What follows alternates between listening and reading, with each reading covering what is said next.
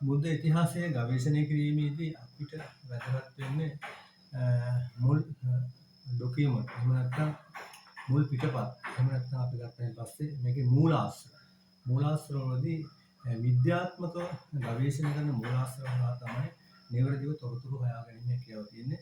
ඒ වගේම විද්‍යාත්මකව ගවේෂණය කරන තොරතුරු බොහෝ අයට පිළිගැනීමේ හැකියාව තියෙනවා.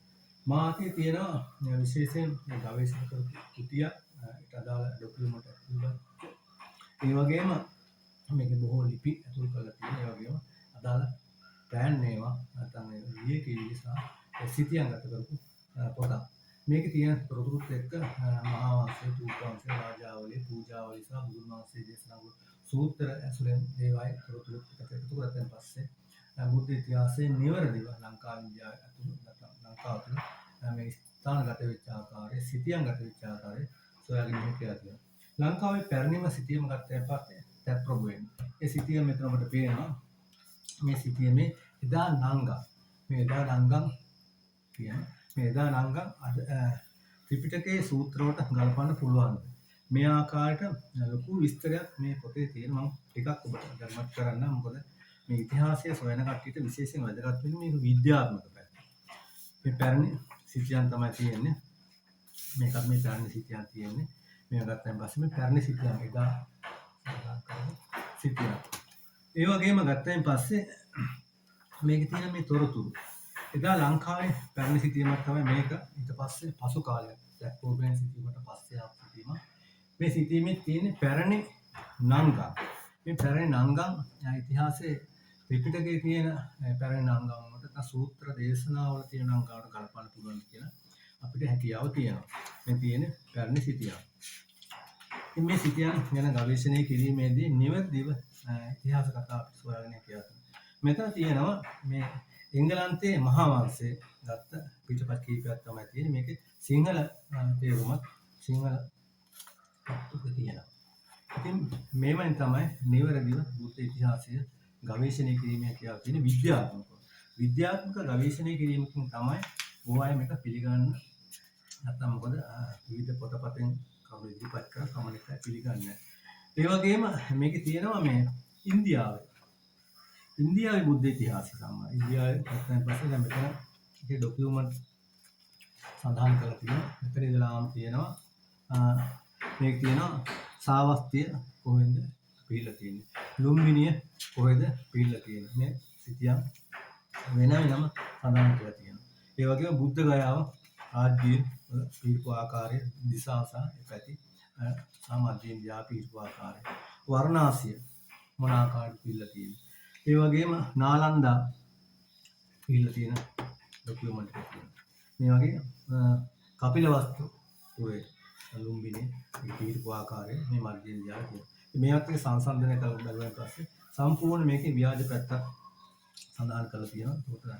ඒ වගේම ගත්තයින් පස්සේ තවත් මම කාරණාවක් ඔබට පැහැදිලි කරලා දෙන්න. ඔය ලංකාවේ මෑතකදී සාමාන්‍ය සඳහන් කරපු නංගම් පීටි මායා වුණු කියලා ලංකා කොටස් වලට බෙදුණු ඒ විස්තරත් මේකේ තියෙන නංගම් සායදා. ඒ වගේම ලංකාදීපය, ජම්බුද්වීපය, උතුරුකුරු දීපය, ඉතින් ගිරිදීපය ඒ සම්බන්ධයට වැඩි අතීතයට ගිහපු ලංකාවේ නංගමුත් මේක සඳහන් වෙලා තියෙනවා. ඒ වගේම මේක ඊගාව කාරණේ තමයි අපි කවුරුත් විතර දන්න කතාවක් තමයි මේ අනෝතත්ත්ව විල නැත්නම් අපි කියන්නේ හිමාලය කියලා හිමවත. ඒතර මේ අනෝතත්ත්ව විලෙන් තමයි මේ ගංගා ප්‍රධාන ගංගාවල් හතර ගලා බසින මේ අනෝතත්ත්ව විලේ චාර්ට් එකක් තමයි සිතියමත් තමයි තියෙන්නේ. ඒතර මේක හරියට ගලපන්න පුළුවන් මේ අනෝතත්ත්ව විලේ සම්බන්ධව මේ ගංගා අතර යමුනා සරබු මහි අචිරවති ගංගා ප්‍රධාන ගංගා අතර මොන පැත්තටද ගලා බසින්නේ මූදට වැටෙන්නේ මොන පැත්තටද. ඒ වගේම බුදුන් වහන්සේ දේශනා කරපු සූත්‍ර වලට අනුව පස්සේ මේ ගංගාව සම්බන්ධව ඒ සූත්‍ර වල දේශනා කරලා තියෙනවා. ඒකට ඒ දිශාවල් සහ ඒ ප්‍රදේශ සම්බන්ධව පැහැදිලි විස්තරයක් ඒ ත්‍රිපිටකයේ සූත්‍ර වලින් හසුරුවන දැසේ අපිට එකතු කරන්න කියලා මේ අනෝතත්ත්ව විල කොහෙද තියෙන්නේ ලංකාවේ ඒ සම්බන්ධ විස්තරත් මේකේ තියෙනවා. ඒ වගේම මේ සිතියම් ගත කරලා තියෙනවා. ඒ වගේම අපි දන්නවා මේ ගංගාවල එදා තිබිච්ච නම් සහ අද තියෙන නමුත් මේක සඳහන් කරලා තියෙන ඕල් නේම් පැරණි නම් සහ ප්‍රසන්ට් නේම් එක වර්තමාන නම්. ඒතර ගංගා නම් ගඟේ එදා තිබිච්ච නම අචිරවතී ගඟ, මහි, සරබු, යමුනා කියන ගංගවල ගංගාව නම් අද වර්තමානයේ නම් ගඟ අදාති. ඒ වගේම මධ්‍යම ප්‍රමාණයේ මීඩියම් සයිස් එකේ ගංගාවල ගංගා සහ එදා නම් උදාහරණයක් වශයෙන් නීරංජන නදිය අද තියෙන නම මොකද්ද? සල්ලවතී නදිය, නර්මදා නදිය, ගෝදාවරි නදිය එදා තිබිච්ච නම් ත්‍රිපිටකයේ සඳහන් වෙච්ච නම් අද වර්තමානයේ එනම් මොනවද කියලා. ඒ වගේම මේකේ භූගෝලීය සිතියම් හරි වැදගත් භූගෝලීය සිතියම්. දැන් සිතියම් ගන්න තියෙනවා උතුරු දකුණු දාලා විද්‍යාත්මක මැනීමකින් කරලා මේ සිතියම් ගත කරලා තියෙනවා. පැහැදිලිව මේවායි ගංගා සහ ඒ ගුරු දිශාවන් සඳහන් වෙලා තියෙනවා. ඒ වගේම අපි දන්නවා බුදුන් වහන්සේගේ ඉපදීම පිරිනොම් පෑව දවසට සූත්‍රයේ ප්‍රධාන ස්ථාන ඇතුළු ජේතවනාරාමයේ පූර්වාරාමයේ කෙලිස්ථාන වේද ලංකාවේ පිළිලා තියෙනවා. උදාහරණයක් වශයෙන් ගත්තන් පස්සේ සිදුහත් කුමරුගේ බුදු වීම ස්ථාන තුනක් ලංකාවේ සඳහන් වෙනවා. මේ විද්‍යුත් තුන් පෙන්වලා තියෙනවා. එකක් තමයි අපි සාමාන්‍ය නාලන්දා ගෙඩිගිය. එතන බුදු නැහැ කියලා කියනවා. ඊට පස්සේ මහා උරුලෑවේ බුදු නැහැ කියලා කියනවා.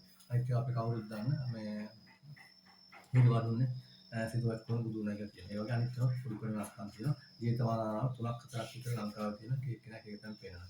ඒවත් උරුතුරුත් මේකේ සඳහන් වෙලා තියෙනවා. කොහොමද මේවා පිළිලා තියෙන්නේ කියලා.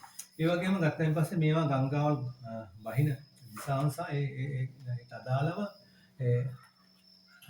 ගංගවල නම් සහ ඒ ජේතවනාරාමේ පූර්වාරාම සහ බුදුන් වහන්සේ ආවගේ තැන් වල සඳහන් විස්තරත් මේකේ සඳහන් වෙලා තියෙනවා. අද මම ඔබට පැහැදිලි කරේ පෙන්වන්න කළ දුන්නේ මේකේ විද්‍යාත්මක ගවේෂණය කරපු කෘතියක් මේක ඉංග්‍රීසි භාෂාවෙන් තියෙන්නේ. ඒතකොට මේක තියෙන කරුණු අපි පොතපතේ තියෙන කරුණු මහාවංශය, තූපවංශය, රාජාවලි, පූජාවලි, වන්දන රාජාවලි සහ බුදුන් වහන්සේ දේශනාව සූත්‍රවල අටුවාවල වර්ණාවල තියෙන කරුණු ටික ගලපුවාන් පස්සේ නිවැරදිව බුද්ධ ඉතිහාසය සහ මේ භූගෝලීය සාධක අනුව අපිට තොරතුරු සොයා ගැනීමේ හැකියාව තියෙනවා. ඉතින් මේ ස්ථාන අපි ඔබ වන්දනා කරන්න එකගෙන යනවා.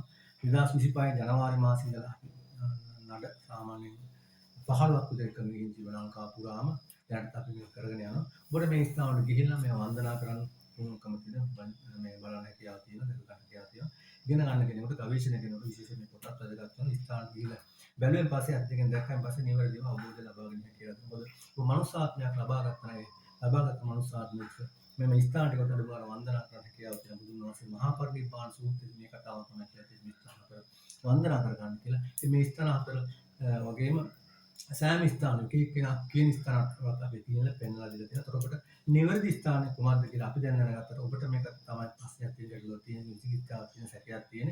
ඔබට මේ ස්ථාන වලට ගිහිල්ලා දැකලා ඇස් දෙකෙන් දැක බලාගත්තොත් මෙතන තමයි සිදුවත් කුමරු බුදුනේ මෙතන තමයි පිළිනම් පෑගෙන නිවැරදි අවබෝධය සසර හුරු පුරුද්දක් තියෙනවා. ඔබට අනිවාර්යෙන් ලබා ගන්න කියලා. ඒකන තමයි ඔබ අද මම දැනුවත් කරන්නේ මේ කෘතිය හරහා මේ පොත හරහා මේ චාර්ට් එක හරහා මේ ඩොකියුමන්ට් ටික හරහා තමයි ඔබ දැනුවත් කරේ. විද්‍යාත්මකව කරන ගවේෂණ තමයි මේ පොත ලියලා තියෙන්නේ. ඒ අනුව මේක කවදාකවත් බොරුව විදියට මුලගත කරන්න බෑ. සමාජගත කරන්න හැකියාව නැහැ. මොකද සියලු දේවල් විද්‍යාත්මක අතීත තොරතුරු අතීතේ නංගන් සහ වර්තමානයේ නංගන් මේක ඇතුළු කරලා තියෙනවා. ඒතර මේ දුර මාන සහ දිශාවන් ඇතුළු කරලා තියෙනවා. ඒ සෑම දෙයක්ම චන්ද්‍රිකා තාක්ෂණය හරහා තමයි තොරතුරු ලබා ගන්න තියෙනවා. ඒ වගේම දුර ප්‍රමාණය තියෙනවා.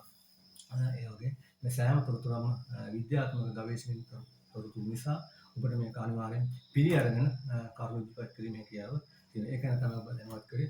මේ ස්ථාන වන්දනා කරන්න ඔබට අවස්ථාව තියෙනවා. අපි සම්බන්ධ වුණොත් වන්දනා ගමට සහභාගී වෙන්න හැකියාව තියෙනවා.